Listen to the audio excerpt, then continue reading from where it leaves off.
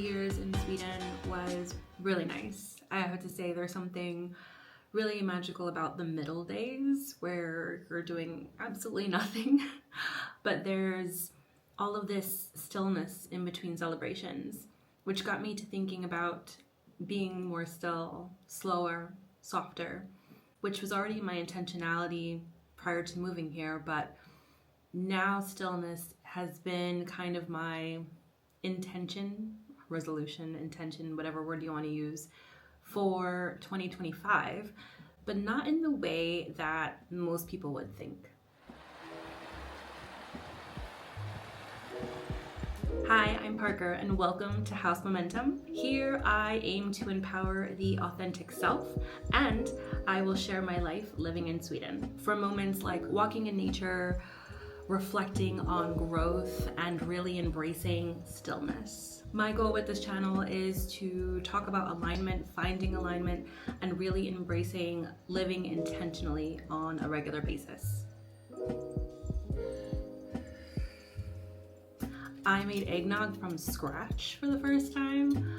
Wanted to bring a little bit of the US here to Sweden, just because I don't think it's a thing here in Sweden. I haven't seen it, so why not? And it came out great. And Jonathan wanted to make yams. He was obsessed with the candied yams for Thanksgiving when we were in the States, and he was very successful with that. So it was really nice to combine our traditions for this holiday season. And speaking of traditions, nothing really embodies Swedish culture more than some coffee and a sweet treat. Lately, I have been obsessed with Lussekatter. I think I'm saying it correctly. I'm pretty sure someone will say something, so bear with me with the pronunciation. But lately, it's been my go-to treat for Fika. It's a golden saffron bun that's usually enjoyed during Advent and St. Lucia. Its bright color symbolizes the light, the little piece of sun, especially in the very dark winters, which are very dark here in Sweden. That's been another adjustment for me. It's dark by like 3:30, 3 o'clock. Now it's getting a little bit lighter, but it's taken its sweet time. And Fika is more than just a coffee break. It's an intentional time of day to pause. It's a reminder to slow down and connect with people. And honestly, it's been a practice that I really, really appreciate. So far, living in Sweden, I find that stillness isn't really about slowing down. It's about listening. And of all things, coming from the city, I have found that nature has been my outlet for stillness here. I mean, within 5 minutes, I'm in the woods. There's a 5-mile walk of just great scenery, and it's given me more peace and contentment than I thought possible compared to when I lived in the city. Back in Jersey City, New Jersey, in America, I found that stillness was something I had to work for. It was part of a survival mechanism. Shout out to Jersey City though, nothing wrong with it. Love living there, love the city. But yeah, it's hard to get quiet. I had to intentionally take on practices for survival.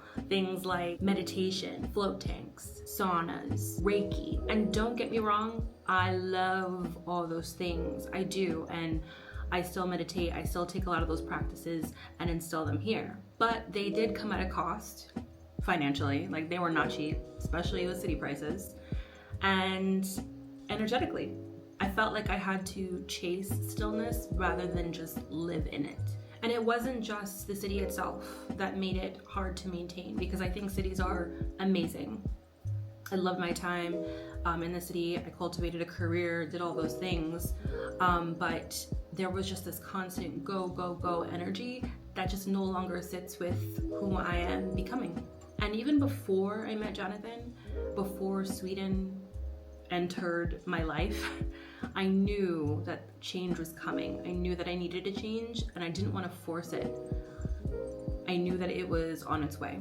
Sweden has definitely given me a new appreciation for the outdoors. I mean, I was not someone who had a proper coat, had proper snowshoes, because in the city, when it's bad weather, you just stay home. This past summer, I went camping for the first time. For the first time, I know.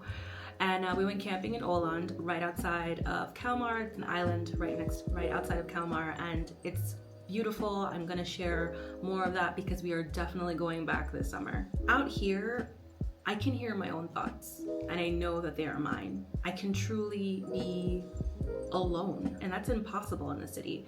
I mean, I loved my walks along the water, seeing the New York skyline, but it's chaotic outside, I'm not gonna lie. There's people, you never truly have this feeling of stillness as much as you try.